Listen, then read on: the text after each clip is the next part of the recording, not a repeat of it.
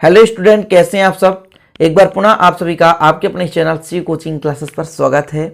और आज का महत्वपूर्ण टॉपिक है क्लास 12 फिजिक्स चैप्टर 5 में एक समान चुंबकीय क्षेत्र में क्षण चुंबक पर बल आघूर्ण का व्यंजक। अब ये चुंबकीय क्षेत्र के लिए बल आघूर्ण का व्यंजक यहाँ पर निकालना है। चैप्टर 1 में आपने देखा था विद्युत क्षेत्र है और विद्युत क्षेत्र पर एक मान लीजिए चालक तार है, तब उसमें बल आघूर्ण का व्यंजक हमने निकाल कर आपको बताया था। यहाँ पर चुंबकीय क्षेत्र है और क्षण चुंबक इस पे रखा हुआ है, इस पर बल आघूर्ण कितना होगा ये चर्चा करेंगे। तो वीडियो को अंत तक देखना, कुछ भी नहीं है, 1 2 3 फार्मूले लगेंगे जिसका हम प्रयोग करेंगे और आसानी से कर लेंगे। ठीक है, तो चलिए स्टार्ट करते हैं स्टूडेंट। सबसे पहले आपको डायग्राम समझना होगा, तो मैं यहाँ पर पूरा डायग्राम बनाया हूँ, पहले माना बाद में देखेंगे। इस डायग्राम को आपको समझना है। ठीक है, ये आपके पास डायग्राम है। इस डायग्राम में थोड़ा सा समझना है कि जैसे मैं कह दूं कि ये जो लाइनिंग बनी हुई है, ये लाइनिंग चुंबकीय क्षेत्र को प्रदर्शित कर रहे हैं। ठीक है ना, तो मान के चलता हूं एक चुंबकीय क्षेत्र है। ठीक है ना, इस पर एक क्षण चुंबक रखा हुआ है, क्षण चुंबक रखा हुआ है। क्षण चुंबक को मान के चलता हूं इधर S ध्रुव है और इधर ऊपर की ओर N ध्रुव है। ठीक है ना, क्षण चुंबक रखा हुआ है NS। कौन सा क्षण चुंबक है? NS। तो माना मैं क्या कहा कि माना एक आपके पास क्षण चुंबक NS है जिसकी प्रभावी लंबाई 2L है। ये देख सकते हैं 2L है, मतलब इस क्षण चुंबक की लंबाई N और S तक की दूरी 2L है। ठीक है स्टूडेंट, तो माना NS एक क्षण चुंबक है जिसकी प्रभावी लंबाई 2L है तथा ध्रुव प्राबल्य स्मॉल m है, स्मॉल m। अब ध्रुव प्राबल्य क्या है?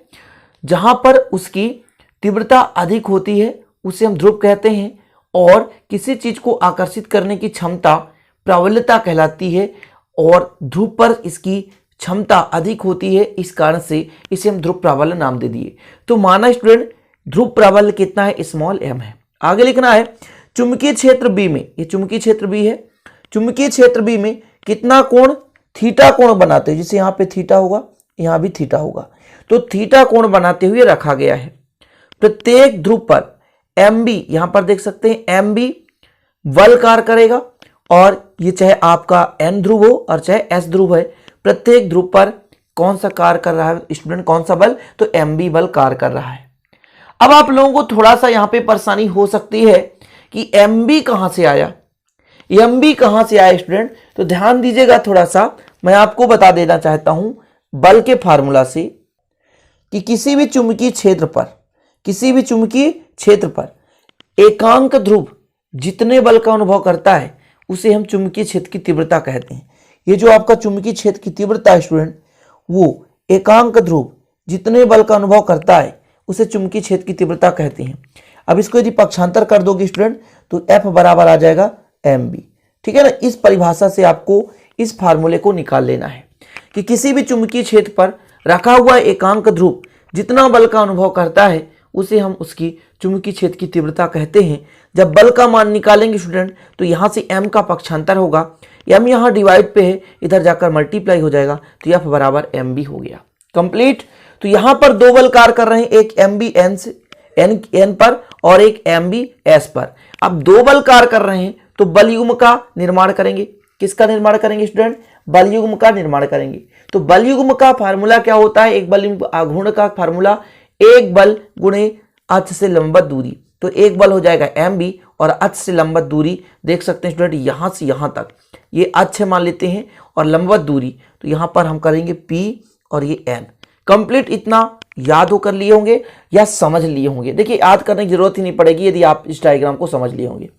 तो मैंने क्या कहा, माना NS एक क्षण चुंबक है जिसकी प्रभावी लंबाई 2L है, ध्रुव प्रबल स्मॉल m है, इसे एक समान चुंबकीय क्षेत्र B में थीटा कोण बनाते हुए रखा गया है।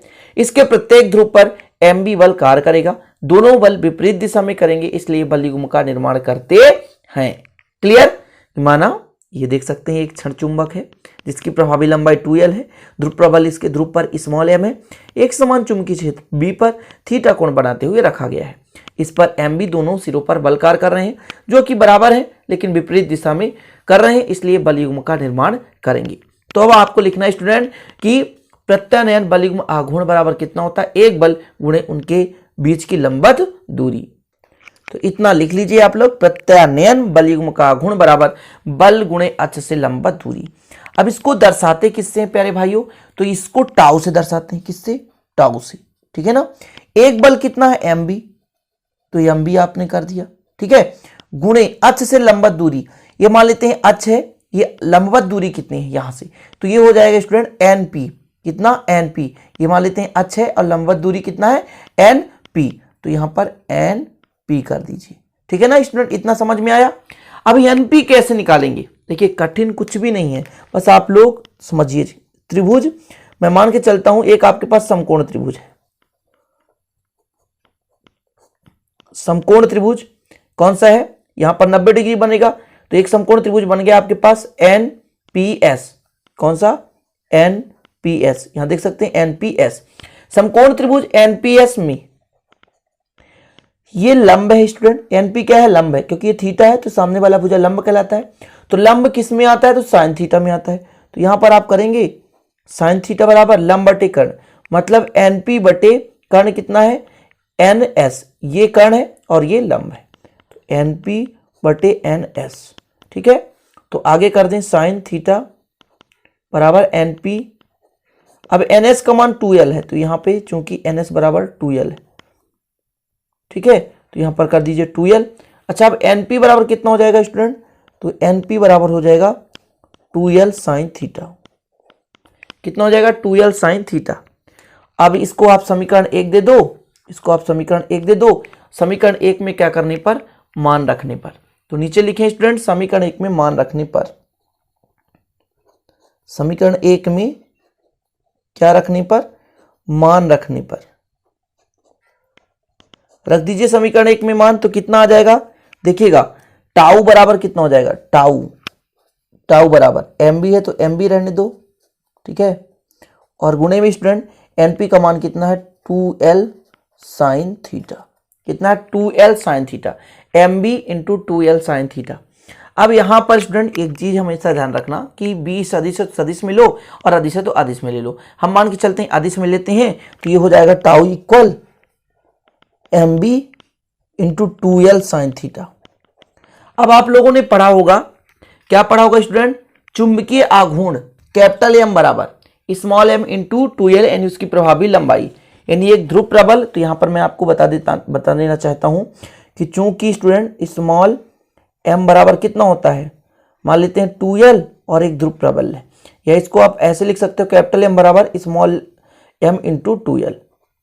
ये आपका क्या है, ये आपका है चुंबकीय आघूर्ण है, क्या है चुंबकीय आघूर्ण।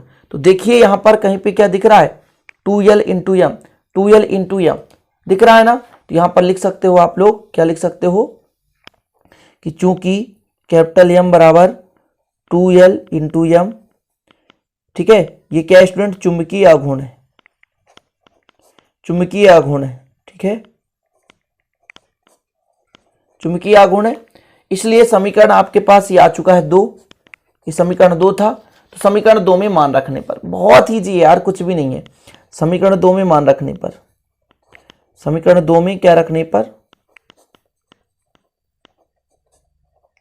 मान रखने पर, समीकरण 2 में मान रखो कितना आएगा, समीकरण 2 टाउ इक्वल है, टाउ इक्वल है, देखिएगा टाउ इक्वल, समीकरण 2 कितना है एम बी है ना, तो बी एम इंटू 2l के जगह कितना हो जाएगा, एम इंटू 2l के जगह कैपिटल एम हो जाएगा, तो यहां पर लिख सकते हैं कैपिटल एम और बी आपका हाई है, सॉरी यहां पे थोड़ा सा डिस्टर्ब हुआ लाइट का, तो वी आपके पास हाई है स्टूडेंट और साइन थीटा हो जाएगा, कंप्लीट इतना हो गया।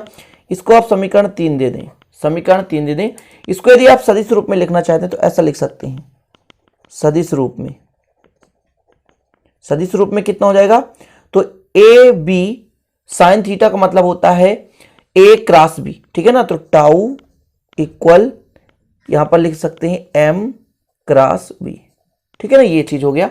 यहां पर कुछ चीजें मैंने यहां पे थोड़ा सा जो मैंने यहां पर सदिश रूप में लिखा था, तो आप सदिश ना लिखें तो अच्छा रहेगा, यहां पर आप डायरेक्ट एम बी बस कर लें, ठीक है ना, हालांकि ले सकते हैं कोई दिक्कत नहीं। तो ये हो गया आपका कंडीशन कंप्लीट।